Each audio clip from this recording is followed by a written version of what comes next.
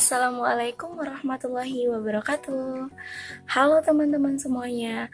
Perkenalkan, nama saya Rizky Arina Batubara, merupakan mahasiswi Ekonomi Syariah semester 5 di Institut Agama Islam Negeri Padang Sidimpuan. Teman-teman semuanya, pada kesempatan kali ini saya akan memaparkan atau menjelaskan dua materi tentang teori pengambilan keputusan. Yang pertama yaitu teori dasar pengambilan keputusan, kemudian yang kedua beberapa model dalam mengambil keputusan. Nah, yang pertama kita akan bahas tentang teori dasar dalam mengambil keputusan. Pada pembahasan teori dasar pengambilan keputusan ini tentu saja kita harus mengetahui terlebih dahulu apa itu pengambilan keputusan. Pengambilan keputusan itu sendiri merupakan suatu proses pembuatan pemilihan dari sejumlah alternatif. Jika kita ambil dari pendapat beberapa ahli, contohnya saja kita ambil pendapat J.R. Terry yang mengatakan bahwa pengambilan keputusan itu merupakan sebuah pemilihan alternatif dari perilaku tertentu atau dua alternatif atau bahkan lebih alternatif yang ada. Jadi teman-teman, bisa kita simpulkan bahwa pengambilan keputusan merupakan suatu proses yang harus dilalui dalam mengambil keputusan yang diambil dari beberapa alternatif yang ditawarkan dalam teorinya. Atau bisa dikatakan bahwa pengambilan keputusan itu merupakan pemilihan alternatif terbaik dari beberapa alternatif yang ada guna untuk mencapai tujuan dalam pengambilan keputusan.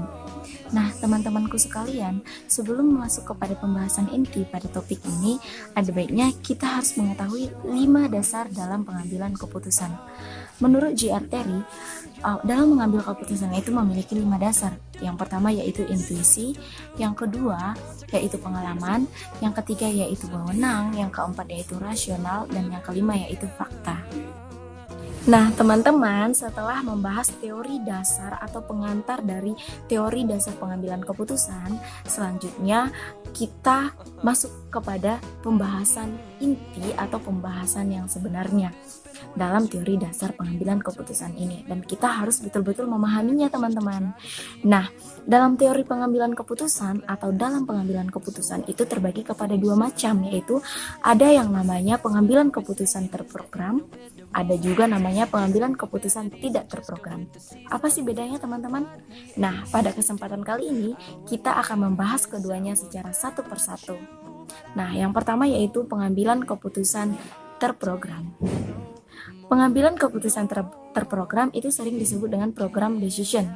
Kenapa disebut dengan program decision? Karena pengambilan keputusan ini biasanya terjadi kepada sebuah masalah yang sudah dipahami dengan jelas atau sebuah masalah yang sudah berulang-ulang terjadi sehingga sudah dipahami oleh si pengambil keputusan dengan jelas dan dengan tepat. Biasanya seperti data yang sudah tersedia, informasi yang sudah lengkap dari awal, fakta-fakta yang sudah terkumpul. Inilah pengambilan keputusan secara terprogram. Contohnya saja agar lebih jelas kita ambil sebuah perusahaan. Di dalam sebuah perusahaan tentu memiliki informasi, data atau fakta yang tersusun secara lengkap dari tahun ke tahun. Nah, dalam pengambilan keputusan secara terprogram ini, Halbert mengatakan bahwa pengambilan keputusan terprogram adalah suatu pengambilan keputusan yang terjadi berulang-ulang atau sering terjadi sehingga dalam mengambil keputusannya itu sudah direncanakan atau terstruktur. Nah, contohnya itu dalam sebuah perusahaan tentu sudah ada informasi kriteria pegawai baru atau karyawan baru. Dari mana sih dilihat karyawan itu untuk diterima, kemudian kalau di bagian ini apa kriteria yang harus dipenuhi, kemudian berapa gajinya untuk yang bagian ini. Pasti semuanya itu sudah terstruktur atau sudah memiliki informasi yang jelas dalam perusahaan tersebut, sehingga ketika merekrut karyawan baru itu keputusannya sudah jelas dilakukan oleh si pengambil keputusan dengan mengklasifikasikan atau menentukan karakteristik yang telah tersusun itu. Itulah pengambilan keputusan secara terprogram, sudah jelas data, informasi atau fakta dan terjadi berulang-ulang sehingga tidak memerlukan banyak alternatif lagi untuk mengambil keputusan dalam keputusan terprogram. Nah, kemudian adalah keputusan tidak terprogram. Kebalikannya dari keputusan yang terprogram itu, keputusan yang tidak terprogram itu sering disebut sebagai unprogrammed decision, yaitu sebuah keputusan yang diambil dari masalah yang tidak diketahui dengan jelas, atau dengan kata lain data, fakta, atau informasi, atau semua yang berhubungan dengan keputusan atau masalah tersebut tidak diketahui atau kurang informasinya. Bisa juga dikatakan keputusan tidak terprogram ini merupakan suatu keputusan yang diambil dari masalah yang baru atau tidak rutin terjadi dalam sebuah perusahaan, organisasi, atau kelompok. Kita bisa saja ambil contohnya dari keputusan tidak terprogram ini, yaitu dalam sebuah perusahaan. Ketika sebuah perusahaan itu mengalami kebangkrutan yang secara tiba-tiba karena pemasaran yang tidak efektif atau bencana alam, tentu dalam mengambil keputusan untuk bangkit dari masalah tersebut perlu adanya penelitian, mengkaji beberapa alternatif, sehingga mendapatkan hasil bagaimana keluar dari masalah tersebut. Nah, di sini kan kita bisa lihat bahwa data atau informasinya ini tidak sering terjadi, sehingga memerlukan penelitian terlebih dahulu untuk mengambil keputusan dalam keputusan tidak terprogram ini. Dalam artian masalahnya tidak terstruktur dengan baik seperti yang di keputusan terprogram tadi. Saya rasa keputusan terprogram dan tidak terprogram kita bisa sama-sama pahami kan teman-teman dengan dua contoh dan penjelasan tersebut. Nah, pada pembahasan selanjutnya, kita akan membahas tentang proses pengambilan keputusan. Tentu saja, keputusan yang baik adalah keputusan yang diambil dengan melalui beberapa tahap-tahapan atau tidak gegabah. Dengan kata lain, mempertimbangkan beberapa alternatif untuk kemudian menarik sebuah keputusan yang bertujuan untuk keluar dari masalah atau memecahkan sebuah masalah. Nah, pada bahasan kali ini, Herbert Asimov mengemukakan ada 3 proses dalam mengambil keputusan. Yang pertama yaitu intelligent activity. Intelligent activity yaitu proses memilih suatu kondisi atau situasi dengan pemikiran yang intelijen atau wawasan yang intelijen. Kemudian yang kedua yaitu design activity. Design activity adalah suatu proses pemilihan masalah, kemudian mengembangkan pemahaman dan menganalisis kemungkinan masalah tersebut. Nah, dalam menganalisis kemungkinan masalah tersebut, tentu saja ada alternatif-alternatif atau beberapa alternatif yang dipertimbangkan untuk keluar dari masalah tersebut atau mengambil keputusan. Dalam desain intelijen ini, itu perilaku yang dilakukan atau aktivitas yang dilakukan adalah yaitu memilih masalah, kemudian mengembangkan pemahaman agar dapat masuk ke dalam masalah tersebut. Kemudian yang keempat adalah menganalisis masalah tersebut. Nah, yang ketiga yaitu choice activity. Setelah pada tahapan sebelumnya itu ditawarkan atau dipertemukan dengan beberapa alternatif, maka di choice activity ini yang dilakukan adalah memilih atau menarik alternatif yang terbaik dari beberapa alternatif yang ditawarkan dengan pertimbangan yang sangat matang berdasarkan informasi, data, dan fakta, sehingga menghasilkan atau mengeluarkan keputusan yang sangat baik dan memiliki impact yang baik untuk sebuah organisasi, perusahaan, atau kelompok. Nah, selanjutnya yaitu pada pembahasan terakhir dalam teori dasar pengambilan keputusan ini yaitu tindakan memutuskan. Pengambilan keputusan merupakan bagian terpenting bagi seorang manajer yang dihubungkan dengan pelaksanaan perencanaan, tujuan yang hendak dicapai, kemudian sumber daya yang akan dipakai, siapa yang melaksanakan, dan siapa yang bertanggung jawab atas sebuah pelaksanaan. Itu semuanya akan berkaitan dengan pelaksanaan perencanaan dalam pengambilan keputusan. Dalam tindakan memutuskan, tentu saja harus dikenali masalah-masalah yang terjadi itu. Apakah masalah tersebut merupakan masalah yang terus berulang-ulang terjadi atau yang baru atau tidak rutin terjadi, sehingga bisa saja pengambilan keputusan atau tindakan memutuskan itu bisa saja memakai dengan pengambilan keputusan yang terprogram atau pengambilan keputusan yang tidak terprogram yang sudah kita pelajari dalam bab-bab atau penjelasan sebelumnya. Nah, teman-teman, untuk teori dasar pengambilan keputusan, inilah pembahasan-pembahasan yang harus kita pahami, mulai dari teori dasarnya, pengertian pengambilan keputusan, dasar pengambilan keputusan, kemudian keputusan terprogram dan tidak terprogram, kemudian proses pengambilan keputusan hingga kepada akhir tindakan memutuskan. Nah, untuk itu masuklah kita kepada materi yang kedua, yaitu beberapa model dalam mengambil keputusan. Nah, pada pembahasan ini, model dan teknik pengambilan keputusan. Model pengambilan keputusan itu kita bisa sebut dengan suatu contoh atau tiruan yang dapat kita jadikan acuan atau kita tiru dalam mengambil keputusan. Nah, model dan teknik pengambilan keputusan itu bermacam-macam teman-teman, dan kita akan membahas satu persatu dalam bab kali ini. Nah, yang pertama yaitu model optimasi. Model optimasi pasti sering kita dengar dalam teknik atau model pengambilan keputusan. Model optimasi adalah pengambilan keputusan yang mencapai nilai optimum dalam pengambilan keputusan atau pemilahan alternatif. Model optimasi yaitu suatu pengambilan keputusan yang dilakukan secara proses atau tahapan dengan mempertimbangkan beberapa alternatif yang ada untuk nilai optimum di mana alternatif yang lebih baik. Pada model optimasi ini, untung atau kerugian dari masing-masing alternatif akan dipertimbangkan, kemudian mengambil satu alternatif yang benar-benar memberikan solusi yang baik setelah melakukan pengujian dari alternatif yang satu, alternatif kedua, hingga seterusnya.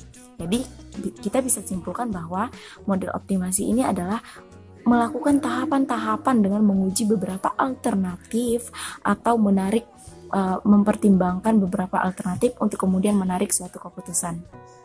Nah, kemudian yang kedua yaitu ada model satisficing. Model satisficing ini menurut saya itu adalah sedikit berlawanan atau kebalikan dari model optimasi, di mana model satisficing ini yaitu pengambilan keputusan tidak memikirkan atau mengejar suatu nilai yang optimal atau lebih puas kepada solusi pertama. Jadi model satisficing ini yaitu pengambilan keputusan yang diambil berdasarkan solusi pertama atau alternatif pertama yang muncul. Dengan artian tidak perlu melakukan pengujian atau penelitian dari alternatif 1, 2, 3, dan 4. Ketika alternatif 1 sudah diuji dan ternyata memberikan solusi terhadap permasalahan, maka pada model satisficing ini akan memakai alternatif pertama atau pengambilan keputusan secara cepat atas solusi pertama yang muncul. Itulah dia model satisficing. Nah, yang ketiga yaitu model mix scanning. Model ini berarti sebuah model yang berusaha untuk mencari, kemudian mengumpulkan, memproses, menilai, dan menimbang-nimbang informasi dalam kaitannya, kemudian memilihnya berdasarkan tujuan apa yang ingin dicapai dalam pengambilan keputusan tersebut. Dalam model mix scanning ini biasanya seseorang dalam mengambil keputusan akan dihadapkan kepada dilema atau bimbang dalam memilih suatu keputusan setelah mencari, memproses, dan menilai dan menimbang-nimbang alternatif-alternatif yang ada dalam mengambil keputusan. Nah, biasanya pengambilan keputusan ini didasarkan kepada tujuan atau misi maupun visi suatu organisasi. Jadi model mix scanning ini semua alternatif akan dikaji satu persatu, kemudian dilihat alternatif mana yang paling relevan dengan tujuan suatu organisasi tersebut. Kemudian setelah menemukan alternatif yang paling relevan, setelah mengkaji beberapa alternatif tersebut, akan diputuskan mana yang akan diambil untuk solusi dalam mencapai tujuan suatu organisasi tersebut. Kita bisa ambil contohnya. Mungkin ketika kita sedang bekerja, kita pasti mengalami dilema, apakah kita harus resign atau pindah kerja atau tidak. Nah, sebelum mengambil keputusan pada model mix scanning ini, tentu saja kita harus menimbang-nimbang terlebih dahulu. Apakah jika kita pindah kerja, tempat kerja kita akan lebih baik daripada tempat kerja yang sekarang, atau apakah jika kita tidak pindah kerja, kita akan lebih baik di sini. Tentu saja kita akan berusaha untuk mencari, menilai, dan memproses atau mengumpulkan beberapa informasi, kemudian menimbang-nimbangnya dan mengkaji beberapa alternatif tersebut, yang mana yang lebih relevan dengan tujuan kita yang ingin pindah kerja tersebut. Atau kita bisa ganti subjeknya kepada sebuah organisasi yang sedang dilema dalam sebuah masalah. Pasti terdapat pengkajian dari beberapa alternatif yang mana yang sesuai dengan tujuan atau misi organisasi tersebut. Nah, yang terakhir yaitu model heuristik. Model heuristik ini biasanya disebut dengan suatu pengambilan keputusan yang berbasis pengalaman atau experience based, karena biasanya si pengambil keputusan akan sering melibatkan yang terjadi dengan pengalaman-pengalaman sebelumnya. Dalam teknik pengambilan keputusan heuristik ini pun memberikan atau memiliki 3 bentuk. Yang pertama yaitu heuristik ketersediaan. Heuristik ketersediaan adalah seorang manajer akan mengambil keputusan berdasarkan informasi yang dia ketahui atau dia dapatkan. Contohnya, seorang manajer akan lebih menimbang suatu kinerja karyawan terakhir dibandingkan kinerja karyawan 1 tahun yang lalu. Jadi dia akan mempergunakan informasi yang didapatkannya atau yang dimilikinya dalam mengambil keputusan. Kemudian yaitu ada heuristik perwakilan. Dalam heuristik perwakilan ini biasanya seorang manajer akan mengambil keputusan berdasarkan suatu kejadian yang dianggap identik padahal tidak identik. Contohnya itu seseorang itu bisa berpikiran karena anak kecil suka menonton sebuah film kartun, maka itu akan berarti bahwa anak kecil tersebut berkeinginan menjadi tokoh kartun tersebut. Inilah yang disebut sebagai suatu heuristik perwakilan yang mengambil kesimpulan atau keputusan dari kejadian dan menarik analoginya. Yang ketiga yaitu penyusuan atau coding. Penyusuan ini merupakan atau seorang manajer atau pimpinan tentu akan membandingkan sesuatu dengan apa yang ada di otaknya. Sebagai contohnya, seorang manajer dalam mengambil keputusan terhadap tinggi rendahnya suatu penjualan tentu akan membandingkan apa yang sudah ada dalam persepsinya dengan data-data keuangan atau penjualan yang terjadi pada masa lalu. Setelah membandingkannya, barulah seorang manajer memberikan keputusan.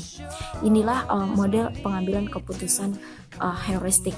Nah, teman-teman, pada bahasan bab kedua ini yaitu model pengambilan keputusan atau teknik pengambilan keputusan, ada model optimasi, satisficing, kemudian mixed scanning dan heuristik.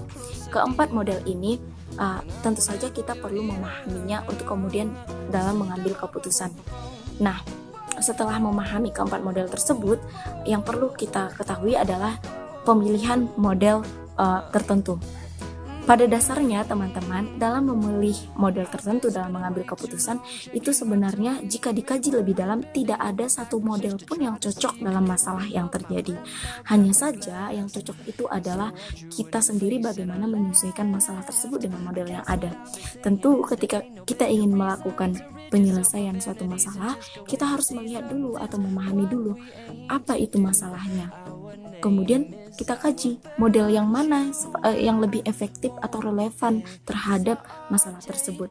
Nah, kita bisa menyelesaikan masalah tersebut dengan mempertimbangkan atau memahami masalah tersebut, mengenali masalah tersebut, kemudian mencari model yang cocok dan melakukannya secara tahapan-tahapan untuk mengambil keputusan yang baik. Nah, dari kedua materi tersebut, yaitu teori dasar pengambilan keputusan dan model pengambilan keputusan, semoga kita dapat memahaminya dan semoga video pembelajaran kali ini dapat menjadi media pembelajaran untuk kita semuanya. Saya Rizky Ardina Batubara, mahasiswi Ekonomi Syariah IAIN Padang Sidimpuan. Pada mata kuliah teori pengambilan keputusan kali ini, saya ucapkan terima kasih. Jika ada penjelasan yang salah atau tidak berkenan, saya memohon maaf karena kita sama-sama belajar dan kepada Allah saya memohon ampun. Semoga kita semua selalu dalam lindungan Allah Subhanahu wa Ta'ala. Saya ucapkan salam. Wassalamualaikum warahmatullahi wabarakatuh.